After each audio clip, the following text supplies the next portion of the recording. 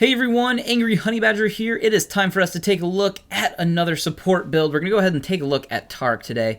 With all the changes to supports, trying to update some of these, let alone we never actually made a build for Taric yet, but we have builds for, I think, about 105 other champions, so don't be afraid to go check out old builds. We're going to get into a little bit of a fight early. I was getting focused, but I'm going to go ahead and turn around and get the stun off so Graves can keep fighting. I'm going to get a little distance between me with a flash from Miss Fortune, come back in because I am healing back up. He's going to use his barrier. He will pick up a kill and first blood on Nami. And now I'm going to get in between him and her so they don't, try to fight back and forth. He actually probably could secure that kill, but you know what? Came back, got it taken care of, and we're both going to benefit from it.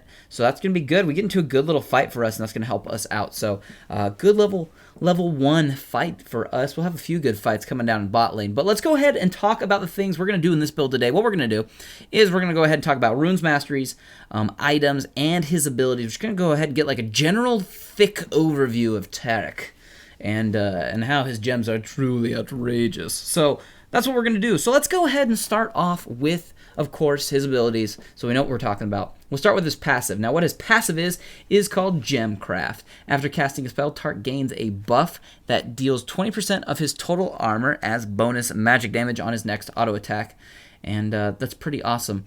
It's very, very nice. So whenever you hit them, or when you bust ability out, like our Dazzle, which we'll talk about in a second, you're going to want to make sure you go up to them and standard attack them. Now here, we're getting to another little fight. Just going to go ahead and put a little stun down on Nami Poker just a second. They're going to chase after him. They'll turn around and go for me. That is going to be fine. He's going to come back in though. Graves is smart. He knows when he needs to deal damage. We're going to kind of turn this back around on them though, because we're dealing good damage to them. Also, a minion wave is now here, just kind of providing a little bit of extra poke. Graves is going to smartly ward this bush so we get vision. They were going to turn it around, which would have been smart of them. He's going to go ahead and take out Miss Fortune. I'm going to go ahead and work on this Pantheon, keeping the distance between him who's low and then on them. I'm going to move in, hit him one more time, and pick up a kill on him too. So pretty smart engagement, just back and forth. We read it right. He warded correctly in front of him too to get vision. He actually almost just killed Nami there too. So just playing smart, and working together can really benefit you in what fight that really should have gone quite badly for us, but it worked out. Let's go ahead though and talk about the rest of his abilities so we know what we did in all these fights. At level 1, we're going to put a point into our E ability. It's called Dazzle. What happens there is basically you're going to go ahead and hit a champion, or at least you're going to lock on and cast onto a champion. You are going to deal some magic damage to them. It does scale from ability power, and what happens is when you hit them, it is going to stun them for a short duration. It starts at 1.2 seconds. It scales to 1.6 seconds. Every time you put a point into it, it will scale upward and be a little bit longer, but that's your Dazzle. It is a good ability, and that's what you want to take at level 1. We're going to be maxing this out last, though. We're going to go ahead and put points into our other abilities, but you want to make sure you have your stun for, initiating and engaging on fights, and just obviously stunning people is very important. Then, at level 2, typically put a point into your heal, which is your Q ability. What happens there is you're going to be able to heal somebody. It does scale from ability power, plus a little bit of your bonus health, and if you only heal yourself, then you can heal yourself, but whatever. If you heal an ally, you also do heal a little bit as well. So it's good to heal. Bust out the heals. Really fun to use, and good to use too. We're actually going to bust a heal out there a little bit on Graves to help him out a little bit while he was ignited and taking a lot of damage. Though he will pick up a kill here on the Miss Fortune. We're going to go ahead and turn it around onto the Nami and pick up a kill on her, so he gets a good double kill. Very helpful to feed your ADC, but obviously don't be afraid to take a kill if it's gonna maybe be close called and they might die. You want to make sure you both live. So, and now support's getting kills isn't a terrible thing. It happens, but here we have a glitch though in in lolreplay. We didn't see it coming in that fast, but I stuck around. We're gonna go ahead and just stun the Pantheon. He knows he probably wasn't gonna get away from that. Now he's gonna run though, because he's gonna try to get a little distance down between him and Miss Fortune, but he picked up a good kill, and he's going to be able to get away from this too. I'm going to just try to stick to glue, or stick like glue onto her, make sure she stays away, and that's going to be good for us with some more kills and some more gold. But that's your, we talked about the Q ability though, that was your heal. Good stuff to have. We're going to max this out second, because second is what we want. But what we want to max out first, after we put some points into it, we're going to probably start putting points into it at level 3. Sometimes you put a point into level 2 if you don't really feel like the heal is necessary at level 2. But what we're going to do, though, is take our shatter and max this out first. Now, shatter is, of course, your W. What happens here is passively you're going to gain armor and it provides an aura that increases the armor of himself and nearby allies. So it's pretty helpful just for armor in general, which is great in the bottom lane. And that's what helps make Taric a pretty strong support champion. Now, what also is nice is the fact that when you activate this, you're going to deal damage. It's going to be magic damage, of course, but it does scale from actually the percentage of armor that you have. And when you deal this to nearby enemies, it's going to decrease their armor for 4 seconds, which is helpful. Now, when you do this, you are going to lose your bonus armor while it's on cooldown. So you lose it, which is unfortunate, but it is totally worth it for your AD carry to go ahead and attack that enemy and deal that extra damage. So pretty helpful there.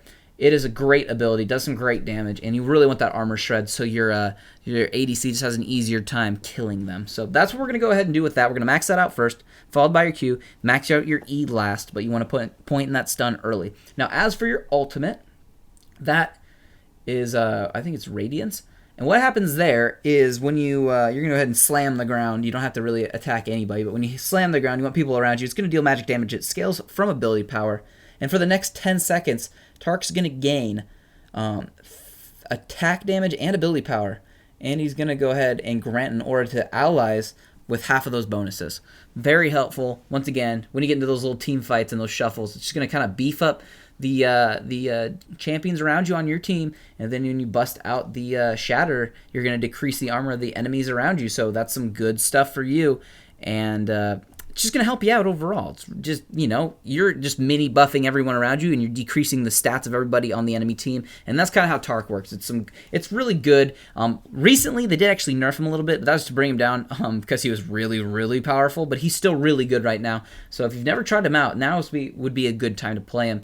He definitely can do some good work in team fights, surprisingly. We'll get to see that as this game goes on. It's quite a long one, so we'll get through quite a bit of stuff. So let's go ahead and talk about some of the items, though. We only have a couple right now. We're going to go ahead and continue the build, though. What we did is we started with the coin early, and we go ahead and build that all the way up because of the unique active on that of speeding everyone up. It's really good for making money, too. So that's what we did. We also then built our boots fairly early, but we also then finished them off into boots of mobility. But before we finished off them into boots of mobility, just to help get around the map a little bit quicker, ward a little bit safer, and all of those things, we did pick up the first part of our Sightstone. Very helpful to get those wards out. It's going to save you a lot of gold too in the long run, and you need to be warding. I've seen too many people this season not warding as supports. They think they just are just damage now, but it really is important to get those wards. Just because everybody has a little bit of ward on them, or have the potential to have a ward on them, doesn't mean they're going to be using it, let alone it doesn't stay up as long as normal wards. So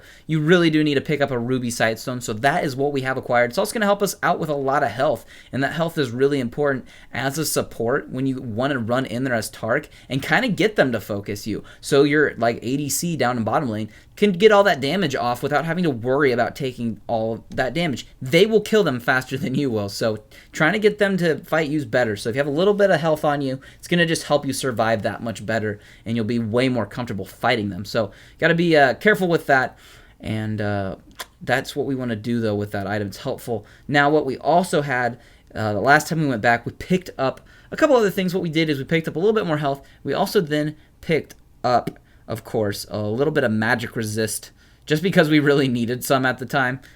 They have the unfortunate Karthus on their team, so I'm always going to be taking ultimates from him. So having a little bit of magic resist this game helps. Now, granted, typically on Taric, you do want to get a bunch of armor, and we are going to.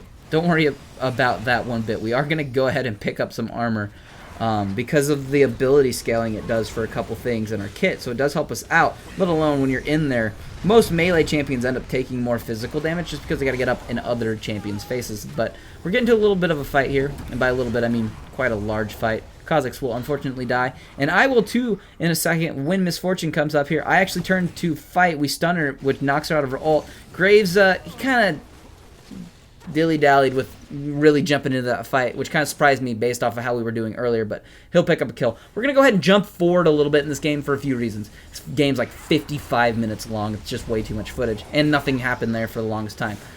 Just a handful of assists. But we're going to go ahead and get into a fight. We're going to go ahead and try to wreck this Pantheon and this Nasus, but we got Karthus ulting, and he will pick up a couple kills because he's going to do that all game. But luckily, sitting here helping shred that armor off Nasus is going to allow Kha'Zix to pick up the triple kill. and that will help us as this game goes on. Now, what we did with those last few items I was talking about is we went and we built a Iron Solari, or Locket of the Iron Solari. Good item, helps everybody out. You can bust out the shield, and right now we can bust out the speed ups and the shield. Good item though, helps you with armor, magic resist, health regen, has the shield, gives those stats to your teammates as well, some stats at least. And it's just some good stuff, and it's gonna help everyone out. So good item to pick up on Taric, since you're kind of like the Uber buff and Uber anti-buff, because that's just what he does. So let's just make it even better, help us all out in those team fights, which against this enemy team who scaled pretty well late game, at least the Gnosis and Karthus are going to, it's going to help us out quite a bit. Also, they're super fed Pantheon, if you can't tell, who's got 15 kills right now. Don't worry, Grace has 15 kills too, but a little squishier. Anyways, let's go ahead and talk about the last item we just finished off. This is probably one of his other bread and butter items, you could call it. Good item at least. We just picked up the Frozen Heart. Now, Frozen Heart, great item on him. Does many, many good things. It's going to give you a ton of armor, which is going to help out some of those abilities, let alone tons of armor is going to just negate damage. You're also going to get some cooldown reduction, which is very helpful on his kit. And then you're also going to get mana, which is good for obviously casting abilities. And it's going to reduce the attack speed of nearby enemy champions by 20%. So just a really solid item on him. Probably one of his core items you'll see almost everybody build. You'll see people pick up Randuin's too. Not a bad item either. It's really good if they have full attack damage teams, pick up a Randuin as well. Both of those together, you're just going to be doing really good work on his kit to stay alive, and you'll just actually have some decent damage, because you will actually pick up kills with Taric. Buffing himself with that ultimate, that 10 seconds, actually is quite a bit in those standard attacks, shredding the armor. You can get in there and deal some decent damage, so don't be surprised to pick up kills with Taric. Full AP Taric, you'll see it every once in a while, but it can be pretty funny. It does a lot of damage, but we're not worried about that. He's much better as a support champion, and that's what we're going to go ahead and work with. Now, let's go ahead and talk, though, a little bit about some runes and some masteries. We'll go ahead and cover those. Now, as for let's go ahead and talk about those runes. There's a few choices that we can do with our rune page. Well, we're getting to a fight, though. We can just watch this for a second. Pantheon jumped in, got murdered. Good stuff for us. Good MF ult, though, and a good ult coming in, though, from Karthus, picking up a triple kill. Luckily, though, you know, I think, are we going to get away? I'm going to get away. Singe going to get away? No, Singe's going to die. Unfortunate. Anyways, let's go ahead and talk about those runes, though. Now, as for runes, what I like to do, on some of my bottom laners that are supports, there's a few different ways I take their marks, and it just depends on what you're going to be doing with that champion.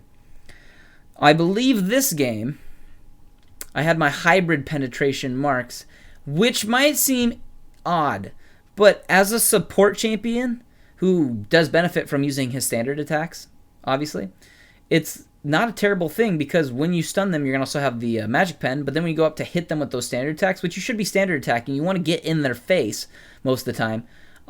There's a quadra kill, but, you know, Karthus, press the alt button, get quadra kills. Anyways, but, you know, so standard attack is never bad to have a little armor pen. So they're decent runes. If you want to go ahead and pick up magic resist ones too, those would also work. If you just want to build more armor as Taric, that would work too. As for the seals, though, you do want the armor seals. As for the glyphs, two options here. You can either do the magic resist per level, which is what I took, or you can also take cooldown reduction per level. Not a terrible one on him, and you can do that if you want to. And then finally, as for those quintessences, there's a bunch of ones you could take. You could take gold ones, you could take movement speed ones, you could take health regen ones. You could do a lot with those. So kind of comes down to personal preference there, but I'll go ahead and list a few options in the description where everything else is and where you can find it. Now, as for masteries, couple options here. What you can do with those, what you can do with those is you can go with a really tanky support setup where it's a 0-21-9. I don't quite do that. We changed it up a little bit, and I think it's a 0-14-16 is my page. You can see it on my Facebook page where I've listed all my masteries this season. You can go ahead and check them out over there in the photos. But it's a really good page. It helps you stay pretty beefy, but it does help you with some of the nice benefits in the support column, and or at least in the utility tree.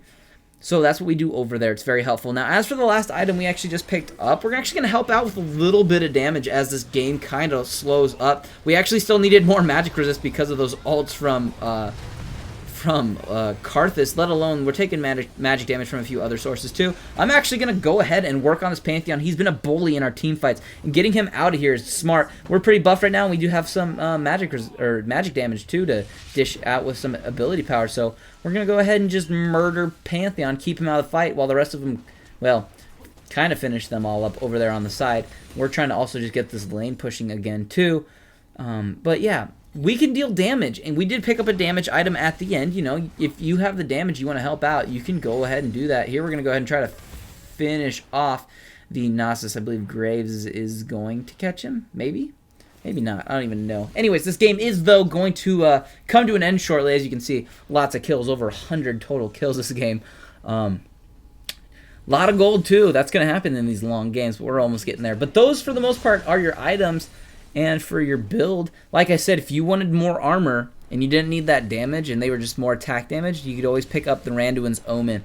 Good item on him. Of course, if a Thornmail ever makes sense, you can totally do that. And that's pretty much what we're going to do. We're always going to hold on to those wards, though. We want to have ward coverage on the map.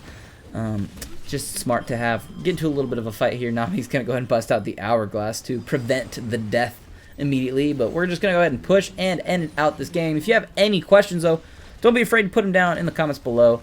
But other than that, it's all in the description. I'll just see all of you in the next build video. Actually, this is where Yasuo decides to turn and fight. You have been blinded.